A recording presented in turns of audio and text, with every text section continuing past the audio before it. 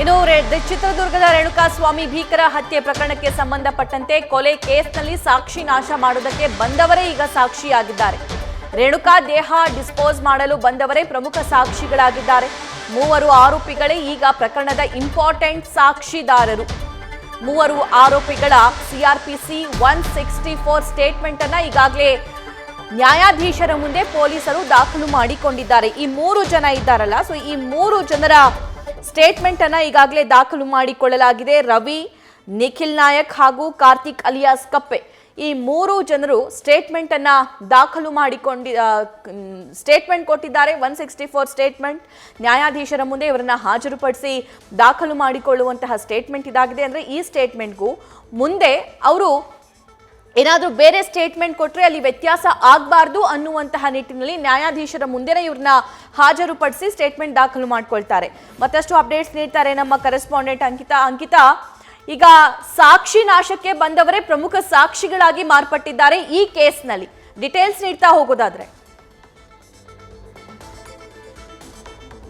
ರೇಣುಕಾಸ್ವಾಮಿ ಹತ್ಯೆ ಕೇಸ್ಗೆ ಸಂಬಂಧಪಟ್ಟಂತೆ ಆರೋಪಿಗಳು ಸ್ಟಾರ್ಟಿಂಗ್ ಇಂದ ಅಂದ್ರೆ ರೇಣುಕಾಸ್ವಾಮಿ ಹತ್ಯೆ ಮಾಡಿದ ಬಳಿಕ ಬಾಡಿಯನ್ನ ಎಲ್ಲೆಲ್ಲಿ ಎಸೆದಿದ್ರು ಅದರ ಕಂಪ್ಲೀಟ್ ಮಾಹಿತಿಯನ್ನ ಪಡ್ಕೊಳ್ಳುವಂತಹ ಕೆಲಸವನ್ನ ಪೊಲೀಸರು ಮೊದಲು ಮಾಡ್ತಾರೆ. ಅದಾದ ಬಳಿಕ ಆರೋಪಿಗಳನ್ನ ಸಾಕ್ಷ್ಯಾಧಾರಗಳನ್ನ ಅವರ ಬಳಿ ದಾಖಲಿಸುವಂತಹ ಕೆಲಸವನ್ನ ಕೂಡ ಮಾಡ್ತಾರೆ. ಅಂದ್ರೆ 164 ಸ್ಟೇಟ್ಮೆಂಟ್ ಅನ್ನ ದಾಖಲಿಸುವಂತಹ ಕೆಲಸವನ್ನ ಮಾಡ್ತಾರೆ. ನೀವು ಹೇಳ್ದ ಹಾಗೆ ಆರೋಪಿಗಳು ಸಾಕ್ಷಿ ನಾಶ ಪಡಿಸೋದಕ್ಕೆ ಮುಂದಾಗಿದ್ರು. ಹಾಗಾಗಿ ಸಾಕ್ಷಿ ನಾಶ ಪಡಿಸೋದಕ್ಕೆ ಮುಂದಾಗಿದ್ದಂತಹ ಆರೋಪಿಗಳನ್ನೇ ಈ ಪ್ರಕರಣದಲ್ಲಿ ಪ್ರಮುಖ ಅಸ್ತ್ರವಾಗಿ ಬಳಸಿಕೊಂಡಿದ್ದಾರೆ. ಅಂದ್ರೆ 164 ಸ್ಟೇಟ್ಮೆಂಟ್ ಏನಿದೆ ಅದನ್ನ ದಾಖಲಿಸುವ ಮೂಲಕ ಪ್ರಮುಖ ಅಸ್ತ್ರವನ್ನಾಗಿ ಬಳಸಿಕೊಂಡಿದ್ದಾರೆ.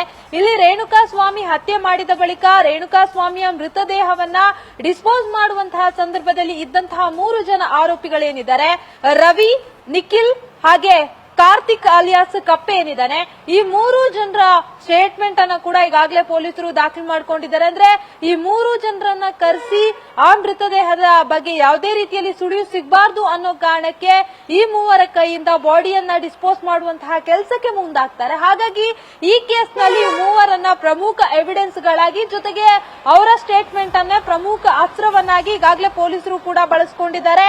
ಕೇವಲ ಇವರು 3 ಜನ ಅಲ್ಲ, ಸ್ಟಾರ್ಟಿಂಗ್ ಇಂದ ಪ್ರಕರಣದಲ್ಲಿ ಏನೇನು ಆಯ್ತು ಆ ಸಂದರ್ಭದಲ್ಲಿ ಇವರು ಯಾವ್ಯಾವ ಕಾರಣಕ್ಕೆ ಯಾವ್ಯಾವ ಸಂದರ್ಭದಲ್ಲಿ ಸಾಕ್ಷಿ ನಾಶಕ್ಕೆ ಯತ್ನಿಸಿದ್ರಲ್ಲ ಅದನ್ನ ಇಂಚಿಂಚು ಪರಿಶೀಲನೆ ನಡೆಸಿದಂತಹ ಅಧಿಕಾರಿಗಳು ಸಾಕ್ಷಿ ನಾಶ ಪಡಿಸೋದಕ್ಕೆ ಟ್ರೈ ಮಾಡಿರೋದ್ರಲ್ಲೇ ಸಾಕಷ್ಟು ಸಾಕ್ಷಿಗಳನ್ನ ಸಂಗ್ರಹ ಮಾಡುವಂತಹ ಕೆಲಸವನ್ನ ಮಾಡಿದ್ದಾರೆ.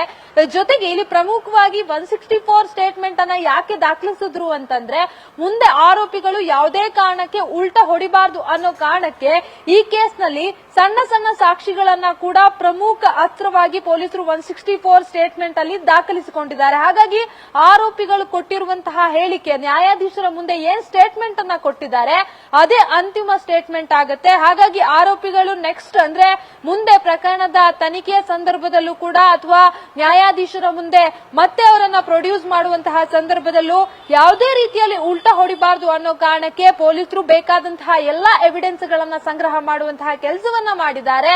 ರೇಣುಕಾಸ್ವಾಮಿಯನ್ನ ಹತ್ಯೆ ಮಾಡಿದ ಬಳಿಕ ಅವರು ರೇಣುಕಾಸ್ವಾಮಿಯ ಮೃತದೇಹವನ್ನ ಶಿಫ್ಟ್ ಮಾಡಿದ್ರಲ್ಲ, ಆ ವೆಹಿಕಲ್ ಇಂದ ಹಿಡಿದು ಆ ಸ್ಪಾಟ್ ತನಕ ಅವರೊಂದು ಮೊಬೈಲ್ ಆಗಿರ್ಬೋದು ಅಥವಾ ಅವರು ಬಳಸಿರುವಂತಹ ವೆಹಿಕಲ್ ಯಾವ ರೀತಿಯಲ್ಲಿ ಅವ್ರು ಹೋಗಿದ್ರು, ಆ ಟೈಮಲ್ಲಿ ಹಾಕಿರುವಂತಹ ಅವರ ಡ್ರೆಸ್, ಇವೆಲ್ಲವನ್ನ ಕೂಡ ಪ್ರಮುಖ ಎವಿಡೆನ್ಸ್ ಆಗಿ ಸಂಗ್ರಹ ಮಾಡ್ಕೊಂಡಿರುವಂತದ್ದು. ಜೊತೆಗೆ ಆ 3 ಜನ ಆರೋಪಿಗಳನ್ನ ಮೊದಲ ಬಾರಿ ಯಾರು ಕಾಂಟ್ಯಾಕ್ಟ್ ಮಾಡಿ ಅವರನ್ನ ಕರೆಸಿದ್ದು, ಎಷ್ಟು ಹಣಕ್ಕೆ ಅವರಿಗೆ ಆಮಿಷ ಒಡಲಾಯಿತು, ಅವೆಲ್ಲದರ ಸಂಪೂರ್ಣ ಮಾಹಿತಿಯನ್ನ ಪಡ್ಕೊಳ್ಳುವಂತಹ ಕೆಲಸವನ್ನ ಮಾಡಿದ್ರು.